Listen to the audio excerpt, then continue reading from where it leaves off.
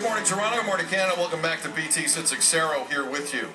The new book, Max Webster High Class, gives an intimate inside look at the infamous Canadian rockers, Max Webster. Let's go. Canadian musician and author and massive Jays fan, I'm finding out. Bob Wegner joins us in studio now to chat about the making of the book around one of Canada's most prolific rock bands. Bob, good to see you. Sid, thanks for having me. Great to have you in. All right, let's walk through the book here.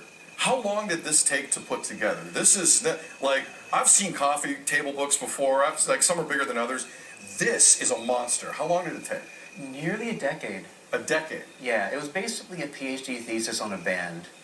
And I just went through newspaper archives and just the whole thing. I mean, now you can go through newspapers.com and just find and search by keyword. But back then, you had to go to a library and just go through the microfiche. This thing called a library. Yes, kids. We used to be able to go to libraries, but it was a wonderful trip because you could just go through old papers going back a century, and so we're just searching through the 1970s, trying to find any concert review, and then you speak to the band members, then you find photographers, and put it all together, and it was a really, really great trip. I'm a Kim Mitchell fan. I'm a Max Webster fan. Anytime on a mic I hear someone go, check, check, check, check, check, I think of Max Webster. Look it up if you don't know. For those at home not familiar with this extremely important chapter in Canadian rock history, how do you define Max Webster? You can't. That's the whole point. That's what makes them so great. They were an indie band before the idea of an indie band, the term indie band existed. They eschewed the cliches. They didn't write love songs. They didn't write storytelling songs. They just had a complete separate identity from anything and everything else. They sounded like nothing in their generation, and still at the same time they defined a generation. There's no band that's ever like this. Now this book is finding its way into some famous hands. Fill me in.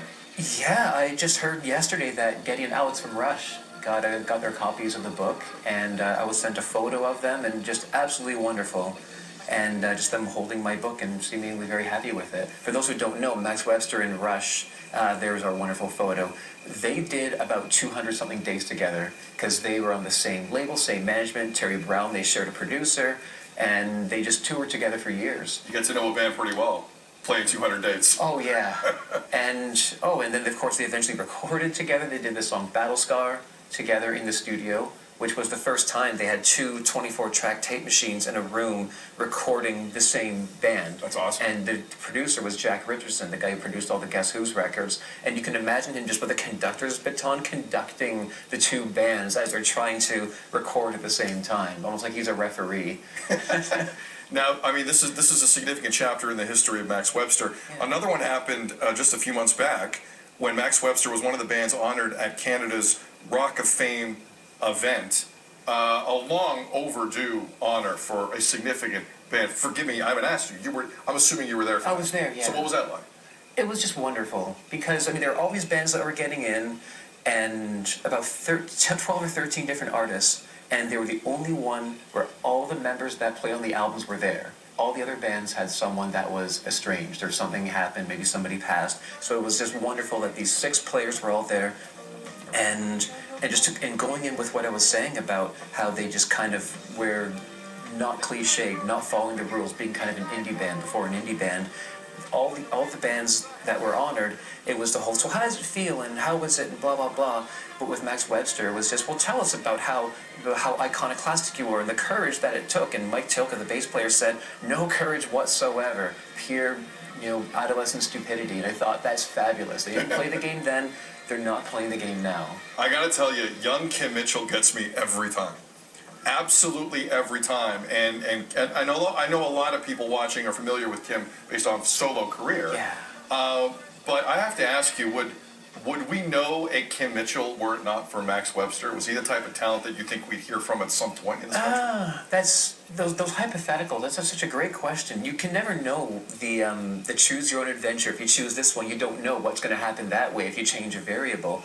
Well, it's interesting enough that he didn't even intend to have a solo career after Max Webster. He was doing session work. He produced the Coney Hatch album, and you just. So he was going to stay. He was going to be a studio rat. Maybe a studio guy, or just join some other band. That was what he said was always his hope, just to join some kind of a band and be the guitar player.